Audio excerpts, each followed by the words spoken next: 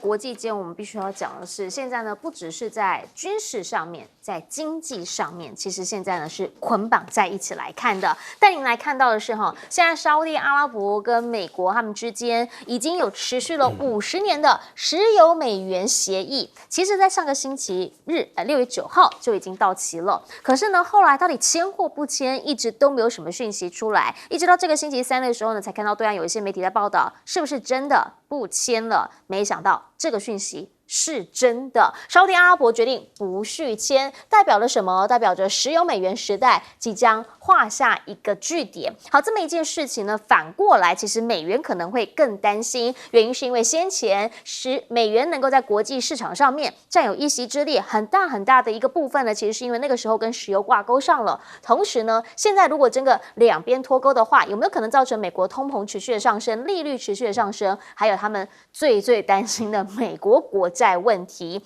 那其实呢，这些都是有迹可循的，因为呢，在先前当 G7 有发送邀请函给这个沙国王储的时候，他最后就告诉大家，他不去了，不参加了，是不是某些层面也表明了他现在真的要开始某些程度的转向了呢？因为在中东这一边，大家都知道他们其实钱蛮多了呢，包括了路透社报道，凯达这一边的主权财富基金，他们现在呢已经同意了要购买中国的公募基金的一些部分的股份，而其实呢，中东的资本是大规模的在转向瞄准中国市场。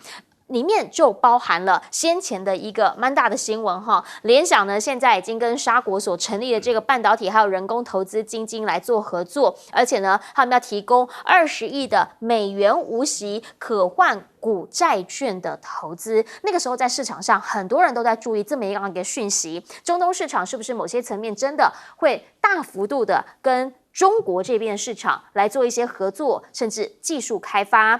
他们里面也有讨论到要来做空中计程车的试验。要知道其实沙烏地阿拉伯他们近几年来一直在希望能够有多一种可能比较高科技或是比较人工智慧等等方面的一些尝试。现在你画面上看到的就是他们现在希望能够做的，在中东这边有没有可能开发出一个空中计程车？那这个呢其实就是由中国这一边的亿航智慧来跟他们一起做合作的。除此之外呢，沙烏地阿拉伯不只呢是跟中方跟亚洲这边来做合作，好像就是绕过了美国，他都有在尝试合作。因为呢，包括了巴西，包括了拉美这边，他也要投资数十亿元。你要说投资什么呢？也刚刚讲了科技嘛，再生能源嘛，还有很重要的矿产等等等。好，其实讲到了南美，最近很多的标题会看到是跟阿根廷有关，原因是因为阿根廷的这个米雷伊上任之后现在发现了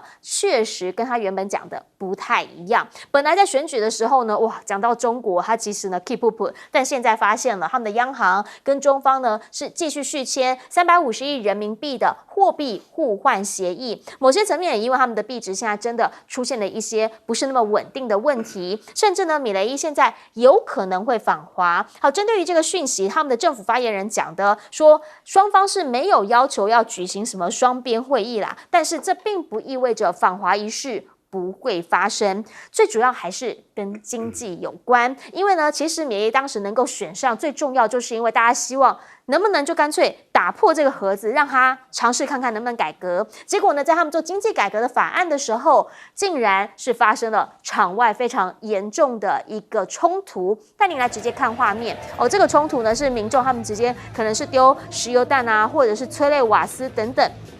非常的激烈，因为呢，他们认为这个经济改革法案呢是极具争议的，甚至有媒体就直接把国会周边形容成是战场一般。现在为什么说经济改革？他们要跟中方这边来做一些的沟通，甚至呢希望能够多所接触。除了币值有关之外呢，也因为习近平其实他某些层面也定调了，在金砖的这个大体制下，他呢认为中国始终是全球南方的一员。是发展中国家，希望帮大家带来更多的机遇，而不止阿根廷，好，还包括了秘鲁。秘鲁现在呢，他们有一个前海港，在这边中国要建一个超大的港口。虽然说呢，他们讲了这个东西呢，基本上是商港，但是今年底的时候呢，这个秘鲁习近平呢即将会去南美来做访问，甚至要来这边参加启用典礼，这让美国其实是感到不安的。毕竟真的就在后院而已，从阿根廷到秘鲁，好像大家都跟中方越来越多的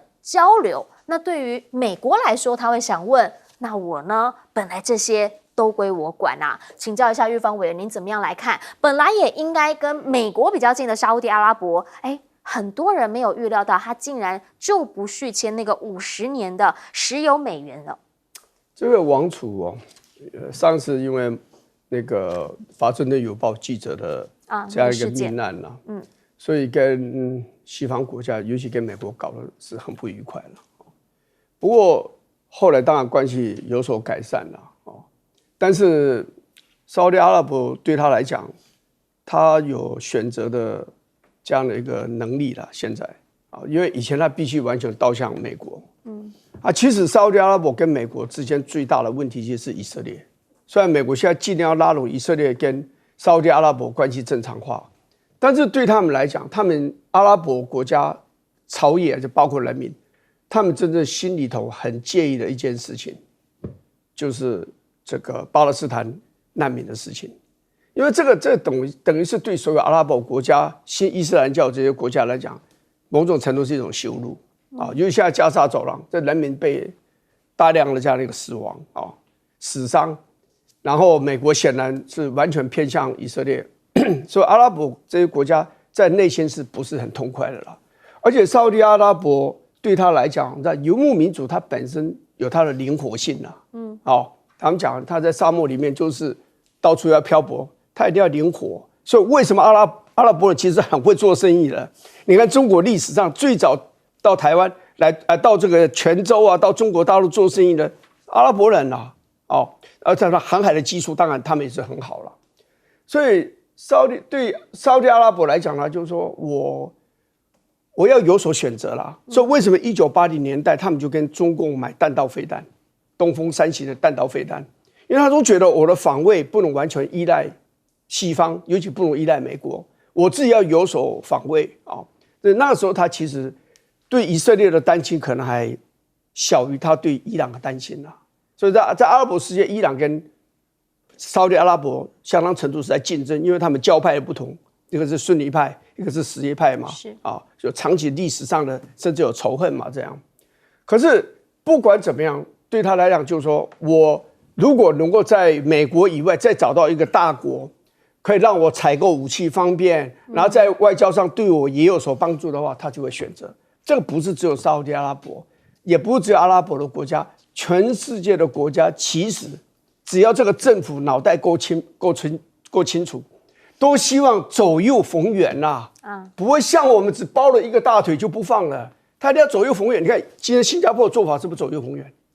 越南的做法也是左右逢源啊。是猫一向对中國大陸有很多的依賴，可是軍事上呢，對美國是有所期盼，所以他左右逢源，而且他們都處理得非常的好。所以沙烏地阿拉伯做法就是一個有能力的國家，一個有能力的政府，他的選擇就是這樣子。所以中國大陸要安排沙烏地阿拉伯跟伊朗要改善關係，要恢復邦交正常的邦交，他也做了，沙烏地阿拉伯也很樂於這樣配合啊。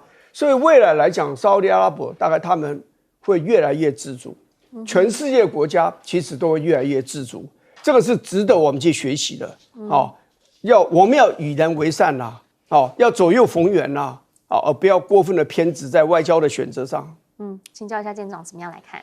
首先，我今天看到一個最令我覺得高興的新聞，就是沙烏地取消這個石油美元這個，我看到的時候真的非常高興。為什麼你知道？這看起來影響不大，但是對我的意義是非常大的。因為美國現在稱霸全世界，這樣橫行無阻的兩大武器，一是美軍，二是美元，就是這兩個。那我最近一直在想，美軍最近20-30年的所有研發案子，大型的案子，幾乎通通是遇到挫折，遇到瓶頸。原來要造32個的造3個，原來造29個的這個海狼号也造3个，这个滨海战斗舰是彻底的失败，然后所有的现役的舰艇，像什么神盾舰，以前在他这个年纪他已经淘汰给友邦去用了，现在通通在演绎。BU-52跟我年纪一样大，要演到2050，我都不知道我能不能活到2050。所以第一个你可以看到，美军基本上没有推陈出新的很让人家讶异的东西，美军江河日下，但是美元还很厉害。但是我今天看到这个时候，我就立刻联想到两三天之前的另外一个消息，那个是说莫斯科交易所要从6月13号开始，已经开始了禁用美元、禁用欧元。我当时看到的时候，我觉得，俄罗斯怎么敢这么大胆？因为你知道，当你的币值不稳的时候，你不用美元，你不用欧元哦，你必须要让人家相信你的币值哦。如果人家觉得你俄罗斯的币值，我不只讲你在战争，你的币值会造成很大的波动，你的物价可能会造成一个膨胀，你的经济可能会崩掉。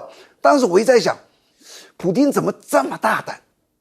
他敢这2个东西去掉，怎么会这么大胆呢？那我今天看到这个，我才发觉，哇，原来是，其实背后可能有一个很大的势力。然后接着就看到了很多的相关的新闻哦，就原来去美元化是现在全世界的一个趋势。这2天在美国的一个前财务部长他才说了一个东西哦，他说因为美国在全球的地位的落后，现在去美元化已经变成不可回避的一个趋势了。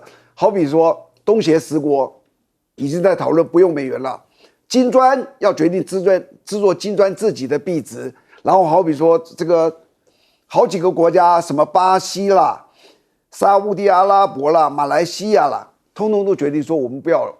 这是一股一起起来的力量。然后我才想说，哇，难怪俄罗斯敢这样去做。那这个东西你说什么时候会生效？我不知道，也许要很长久的时间，因为美元实在是这个世界很强的一个货币。但是不要忘了，当有人敢站出来不用的时候，那是一个标志，那是一个叫做一叶知秋。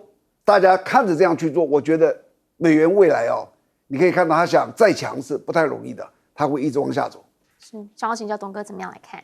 这几年哦，其实全世界很多在改变啦，就中国大陆的一带一路它把整个中亚很多改变，只是我们自己没有发觉，因为我们对中国大陆很多东西在台湾只能报道它负面的你没有去看到中欧班列那3个班子那3条线多厉害，他完全不晓，他不受疫情影响，不受战争影响，他照样看那些货物来来回回就是你可以看到。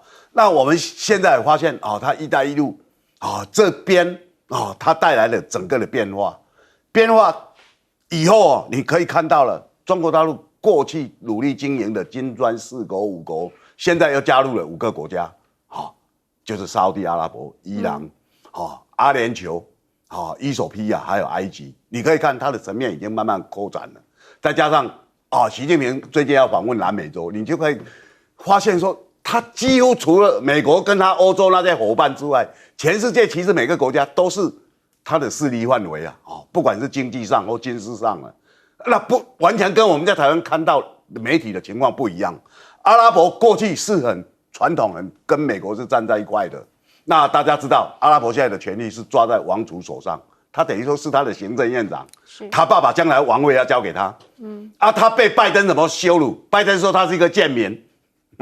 你可以看嘛，阿拉伯人是很要尊严的他们是以这个为生命一样的，被你这样羞辱，所以可以看到了所有的很多转变，其实跟美国过去太强大、太压霸有关系啊。每天你去指责别人去干嘛？很多东西还是骡子的。但是当你这样强大的威胁让很多人觉得不爽以后，再加上整个以色列跟巴勒斯坦的战争，所有阿拉伯国家都是站在，对不对？巴勒斯坦这里他怎么会站在以色列呢？所以当这几年来中国大陆被美国为首的这些国家说你们在新疆种族灭绝，强迫劳动，他们到联合国，甚至联合国通过这个，可是全世界没有一个穆斯林的国家谴责中国大陆，因为他们知道那不是事实嘛。他们常去新疆，他们怎么会不知道对不对？啊，你们都编了一堆故事，把它弄成好像真的是一个事实，所以对美国的信任其实是不值得信任啊。那我们看这样的情况哦，一路看，你看到其实，在南美洲今年当然最传奇的，就是那个当选了，对不对？他当选以后，他其实过去米雷伊的那种大话是非常多，他在选前他就对抗中国大陆，他走美国那一套，他说央行是什么？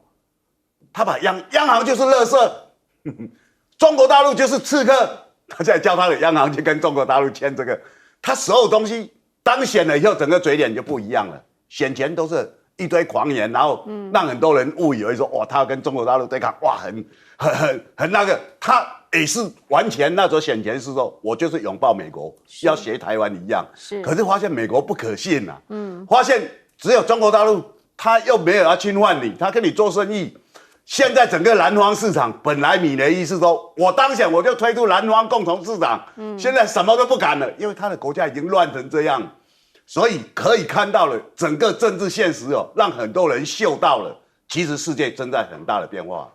世界正在变化当中，以前我们讲到 G7 那个感受跟现在你听到 G7 的感受可能会不太一样了。最新一届 G7 呢，他们正在进行当中。好，可是呢，大家开始在讲了，这7个人一站开，哇！你上面看到一个负，什么东西都是 minus 呢？那个叫做他们自己国内的支持度。好，如果说呢，你把这个反对的、不支持的 disapproval 呢，减掉那个 approval， 他们基本上每一个人都是负的，也就是呢，他们的不支持率都会高于他们的支持率啦。这样子的一个 G7 峰会，大家讲是不是几乎每一个人都是掰卡总统？到底要怎么引领西方？好，其实呢，这一次峰会也有可能是拜登，因为年底要选举嘛，不知道。明年还是不是他，也可能是他最后一场峰会，甚至呢，中国的环球时报讲的就更直接了，他说 G7 现在留给世界的好像尽是失望，最主要原因是因为去年的公报呢讲了20次的中国啊，现在呢几乎又再来了一次炒作的就是中国问题，他们就想问嘛，到底为什么要被美国拉着跑，一直在讲遏制中国呢？其实现在在欧洲应该会有不同的思维才对，因为在贸易上面，其实欧洲还是有很多国家跟中方这边是有密切往来的。最新一个消息是，现在为了反制欧盟对电动车的加税，所以呢，大陆决定要对欧洲的乳制品还有猪肉都寄出了双反的一个调查，也就是反紧贴跟反补贴。好，这一件事情对谁影响会最大？西班牙，因为西班牙现在占大陆的猪肉总进口量23%，比美国还要来得多。另一个呢，则是乳制品的部分是。这个欧盟的乳制品呢，因为它整体来说占36%，只比纽西兰还要少一些些。也就是说，当美国跟中国他们现在开始在经济脱钩的时候，欧洲照着这个路子走，真的对你来说利益会符合你们自我的利益吗？因为他们现在已经对中方的电动车加税啊，可是呢，在他们欧盟境内，包括大众啊、奔驰啊、宝马这些车商其实都是反对的，因为他们自己很多人在中国都是有设厂的，他们认为啦，以国力来取代合作，这个不是一件好事，可能会损害到欧洲的利益。那就来看看其他人怎么做吧。现在李强呢，他去访问了纽西兰，还有要访问澳洲，他其实就直接的，先是对纽西兰单方面来宣布免签。今年他们对很多国家都宣布免签，那表示一种友善。同时，他也表示了中纽的发展对彼此来说是机会，不是挑战，要排除所有经贸关系中的非经济干扰因素。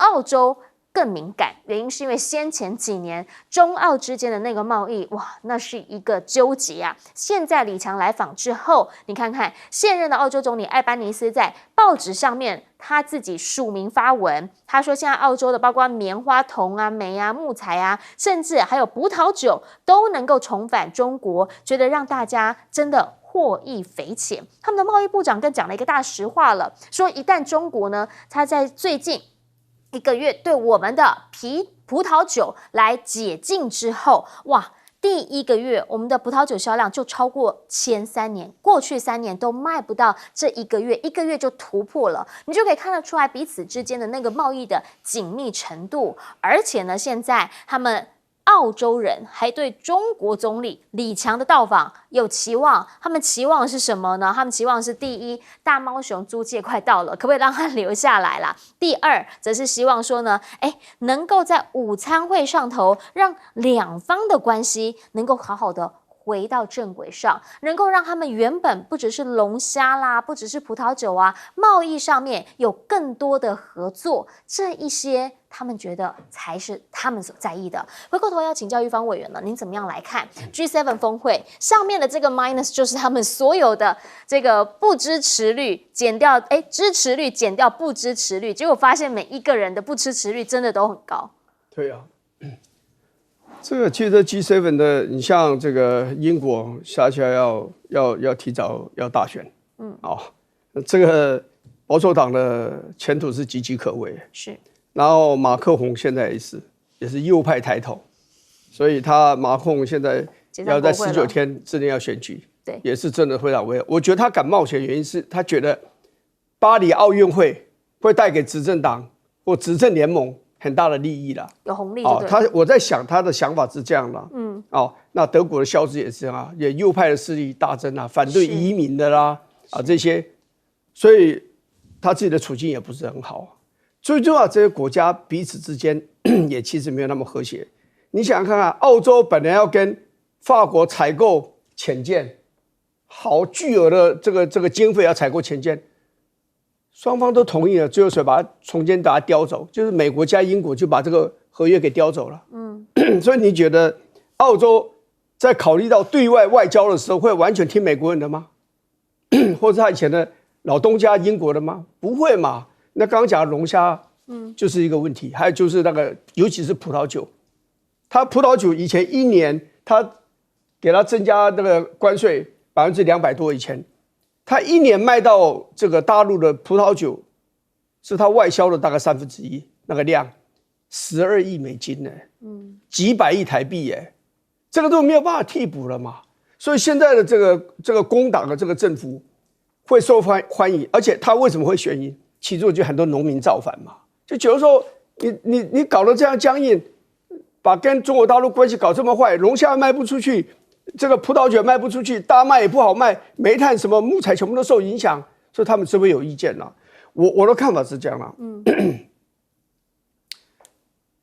这个国际政治学的这个大师啊，摩根索啊，他讲过一句话，我想大概很少人可以反对，就是你要了解一个国家的外交政策是什么，你只要了解他的国家利益在哪里，你就知道他的外交政策是为什么。因为外交政策本来就要用来追求国家利益的。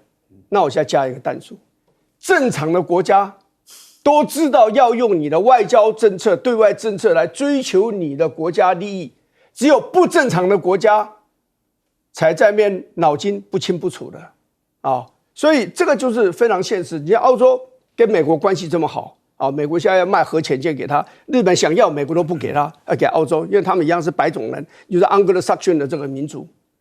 可是他还是觉得我要跟中国大陆改善关系。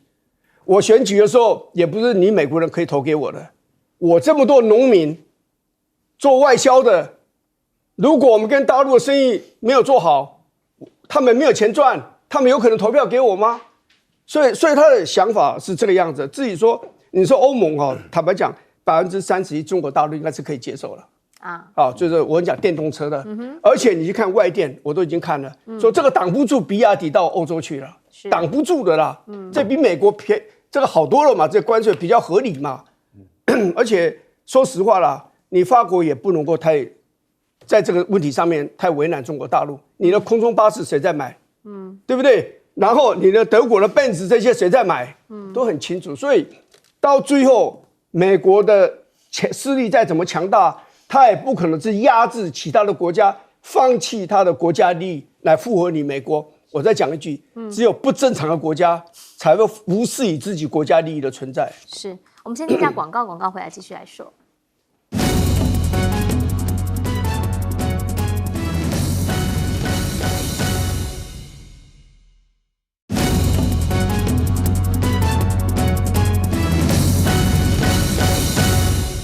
讲到这一届的 G7， 让很多人看到了不一样的 G7， 甚至开始对它产生一些质疑。来请教一下舰长。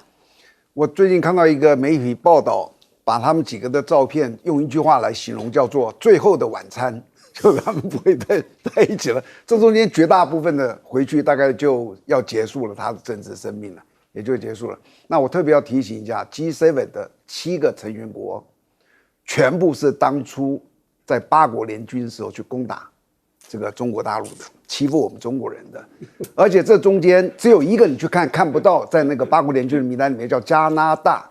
为什么？因为那时候加拿大是英属的，所以他派出来的军队是加入英国的，所以这7个全都有。他们一直都是这个世界自认为我们是强权，这个世界要听从我们的，所以当现在中国崛起的时候，他不适应。但是在所有这些国家里面，其实都没落。但是我要提醒一个，澳洲哦，其实是一个中国将来要去小心的一个国家。为什么你知道？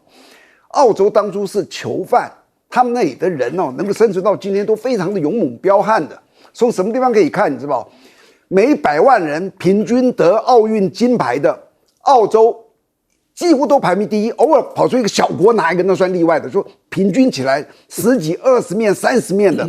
澳洲永远排第一，而且排第2的几乎跟他差2倍、3倍，就100万人得了多少的这个金牌。他们的人非常喜欢运动，然后他们以前把所有的他的寄望都是寄望在英国，结果在2战的时候，因为日本一直打下去，占据了澳洲的北部，在那里做了一个集中营，有24000人，澳洲人这么凶悍的民族，被日本人杀了8000多人，在集中营里面死掉。后来麦克阿瑟不是去占据澳洲，然后带着他们打回去吗？那时候整个澳洲只有700万人，他们派出了95万的人跟着麦克阿瑟一起打回去报仇。你就知道这个国家你们真的要小心一点。然后他后来无论是韩战、越战，他都积极参加，所以澳洲是美国最忠实的小弟，记住，而且他们非常的凶猛彪悍。好，我们先进下广告，等等回来要请董哥帮我们做总结。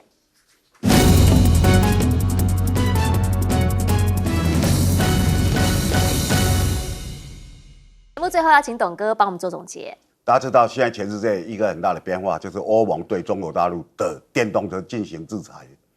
那其实啊，根据现在的那个新闻出来了，欧盟要求中国大陆的电动车，因为电动车最重要的就是电池嘛，是，你们必须提供电池的配方给我们欧盟，真是无耻至极呀！打不过人家，要求人家那如果中国大陆跟百事可乐或者可口可乐说，你们把配方给中国才可以在中国卖，可以吗？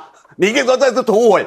可是欧盟现在已经变成是一个无耻到极点的国家，这些人涵盖了非常多的机械文啊。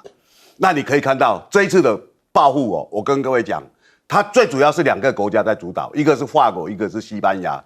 西班牙猪肉外销23%卖给中国大陆，中国大陆你一定要想方设法给西班牙一点颜色看，这国家太不应该了。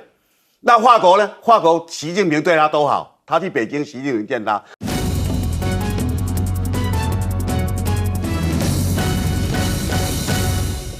大家午安，我是陈燕莹，欢迎来到新闻大白话。接下来这1小时国内外大小事，要您听懂话说给您听。现在介绍这1小时来宾，首先要介绍是资深媒体人董志森，大家好，以及国际战略学者林玉芳，大家好，还有前张骞舰长，我们的黄征辉舰长。主持人各位观众，大家好。一开始先带你来看到的是其实呢，在现在我们都在问他到底怎么来的。对岸的这一位阮姓男子传出是个潜艇长啦。那到底这个船怎么进到了淡水河口？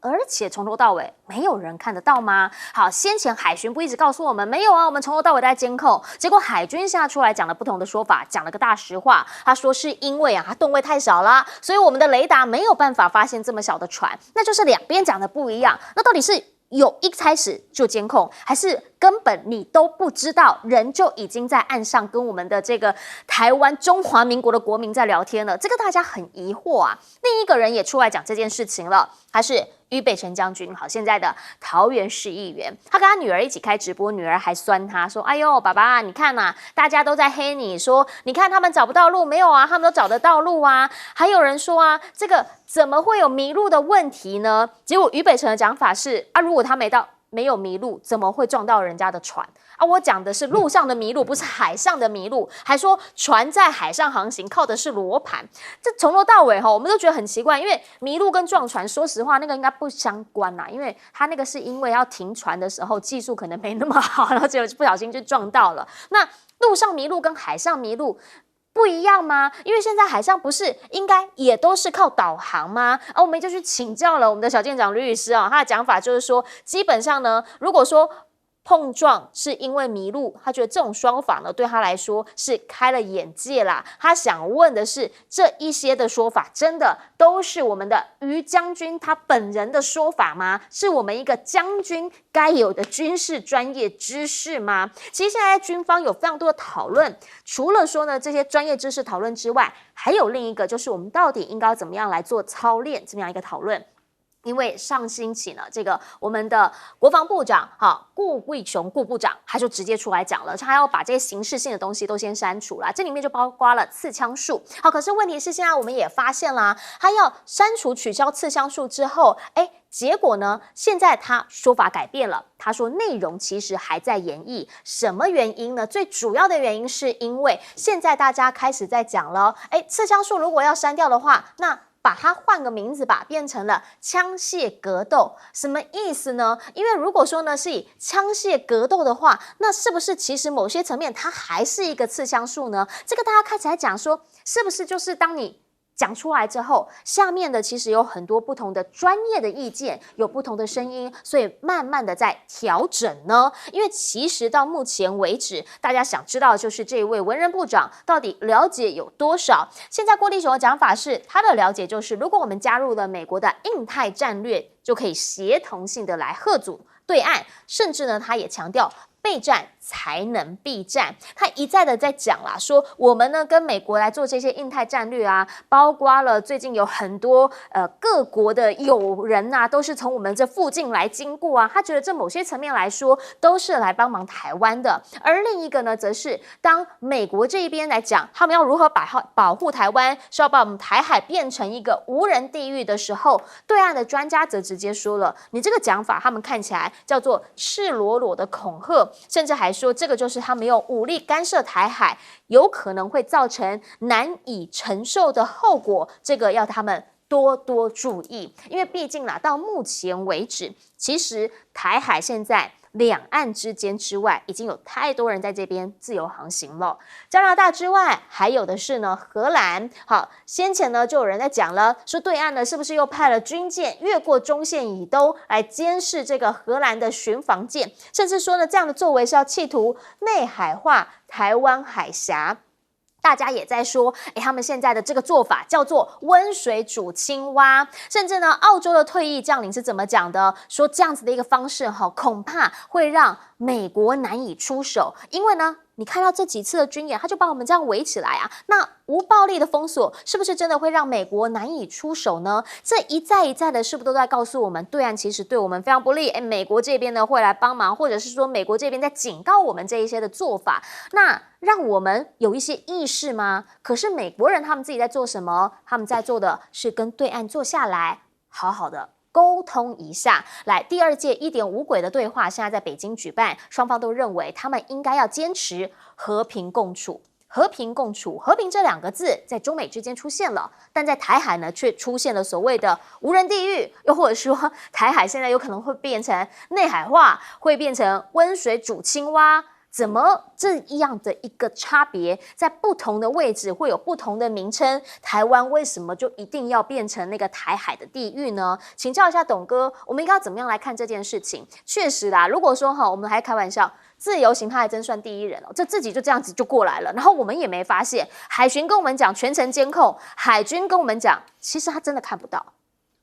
我昨天看到 TVBS 那个独家的录音我就讲说，你看海巡署都在收访，海巡署的新闻稿写怎么样？写我们就在码头那边等他，当场就把他逮捕。但是我听到 TVBS 那个根本不是报案的。那报案啊，他怎么报案？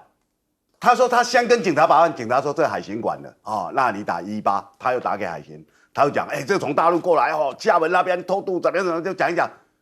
结果我们海巡问他说：“请问你是哪里呀？”我就是淡水的渡船头的那个我刚不是，各位可以看到，你就知道海巡从头到尾在说谎哦。那他们不但公开开记者会说谎，而且他们一直在掩盖，好像说都被我们海巡给掌握了。那掌握以后希望国人要继续支持我们，怎么样？我觉得很悲哀啊。各位朋友，你看海军这个讲法，你看黄腾辉舰长在这里，海军说因为他吨位太小，那如果这个你不是讲出一个大的破绽吗？那我中国大陆。我就派一个大船，然后到了中海以后，我全部放个小船，放50架小船出来，就像无人机一样。那我通通进来，你都不知道啊？你怎么会知道？那淡水河可以开到哪里？淡水河可以经过关渡司，经过台北市，对不对？大稻埕码头是啊，我这边就要用炮或者人要沿路上来，我都很简单嘛。这就是我们在金门当蛙人的概念嘛，船把一船的蛙人载到中岸，然后全部把这些人丢下去，大家游泳过去看，去那边做一些情收，对不对？它的概念是一样的嘛。那我们现在不是如入无人之境吗？那这条路是不是就叫斩首之路？很简单嘛，对不对？所以你今天看到了整个不设防，然后只有看到我们这些政府单位，然后在那边大言不惭那其实你可以看到，其实令人不寒而栗真的就是这样，他就是一个普通老百姓。那你真的说穿了，我们政府怎么会有像俞北辰这种人，还可以升将军？有了，我在部队里面常碰到天兵啦，可是我没有碰过天将呢。这个就是天将，他讲的东西都是匪夷所思嘛。我觉得他自己应该知道自己都在搞笑吧。现在在台湾尤其这些上政论节目的人，很多人他喜欢搞笑，然后把自己弄得好像很 low。譬如说，我觉得王一川也是这样，他是台大工程那土木系的博士，这是正统博士，不是国发所的。他不是国发所，他是正统博士。台大土木系很难考，他考土木系博士，也是硕士，也是学士，他等于说是这里考上来。然后他在台中当过交通局长，那照讲他的学经历都很丰富，可是你要看他最近的表现，就觉得说，好像我故意在耍很萌。很枯手，很那个，就每个人就把很多自己的专业都丢掉了。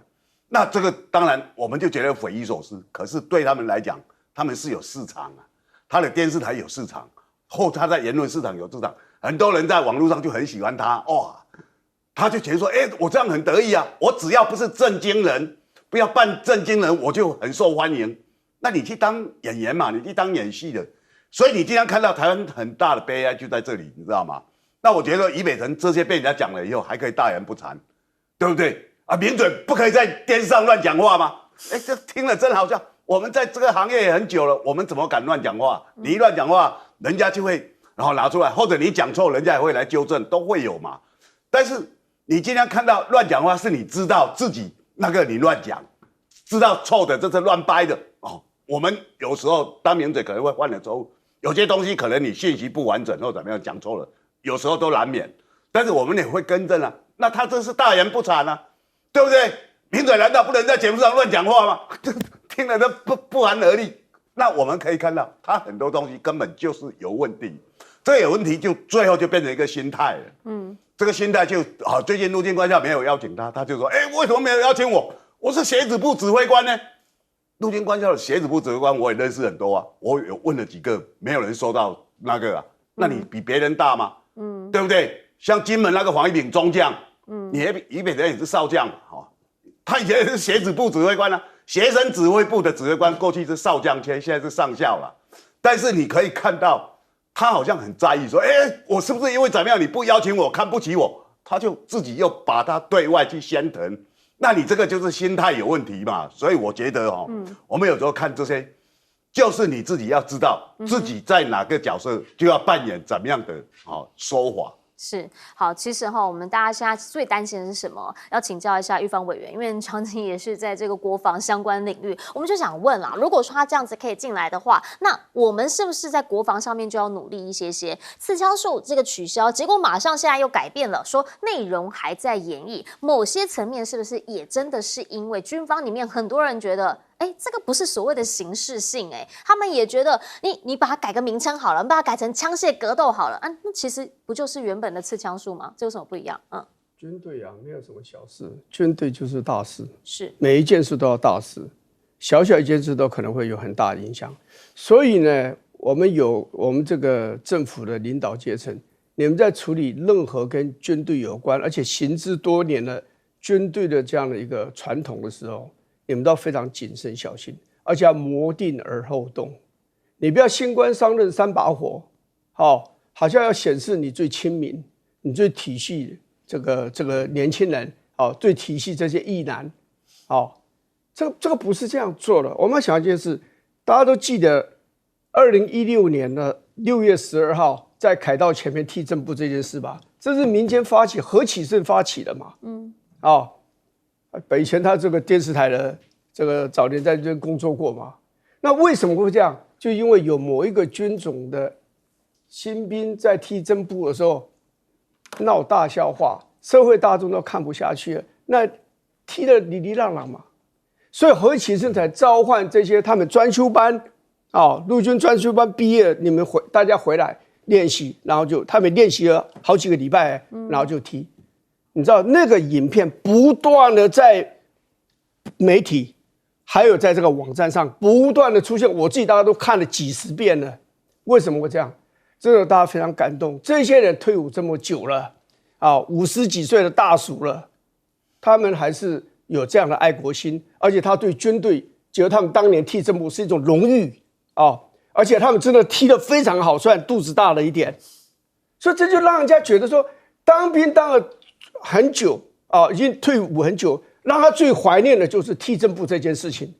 光是这件事我就告诉你，踢正步是值得的。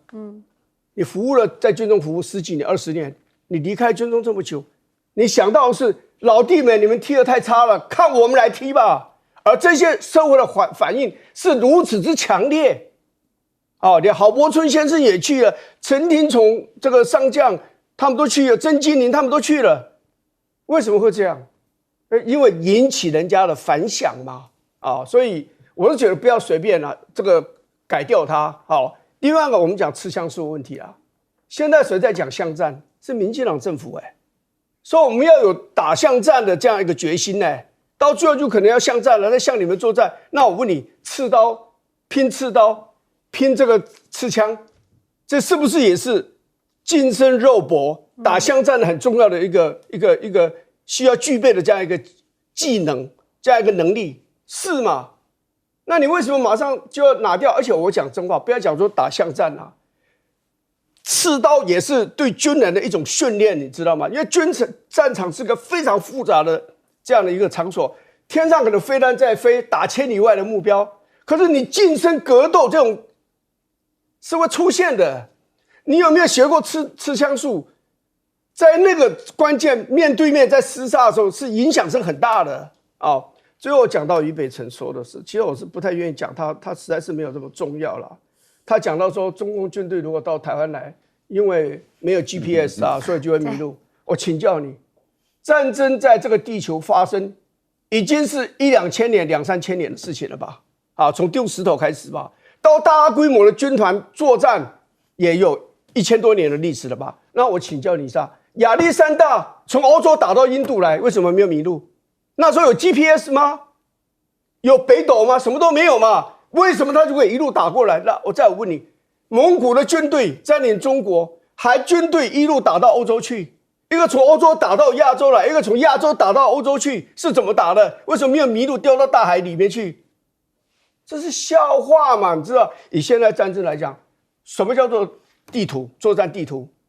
所以你要打仗的时候，至少干部手上都有个作战地图嘛。你要摊开来讲，我们的目标明天就要从这个点到那个点，然后再到那个点，地图上面都清清楚楚了。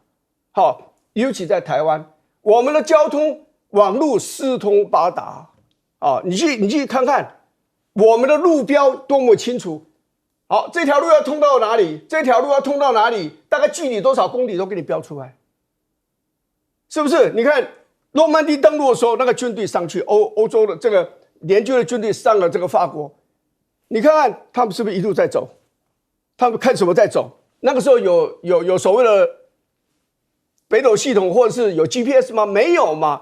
所以我只是说，有些人就是你不要这样随便讲话，因为你讲话人家想到是你是军人，你又当过少将，你这样子会让自己人对你很不爽，也会让敌人低估了台湾的军官的素质、将军的素质，认为台湾这样很好打，一打就把他打掉了。所以自己要小心说话，真的谨言慎行了。是，请教一下舰长。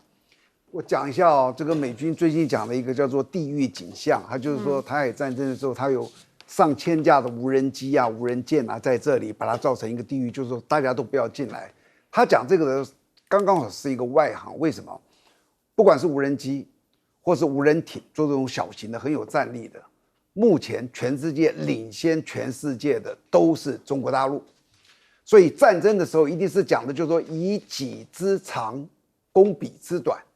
那美国这个讲的刚好是它的短要跟中国大陆的长去相比，它根本完全是一个错误的一个战略观念。那第二个，我们再来说，这个台海是在哪里？是在大陆的院子里，它的无人机、无人艇出来，就从它的东岸沿海就很快就出来了。那我问你，美国要从哪里来？它的基地在哪里？它从哪里走？进来之后，在这里飞，这些所谓的无人机、无人体，它的电池都是受限很大的。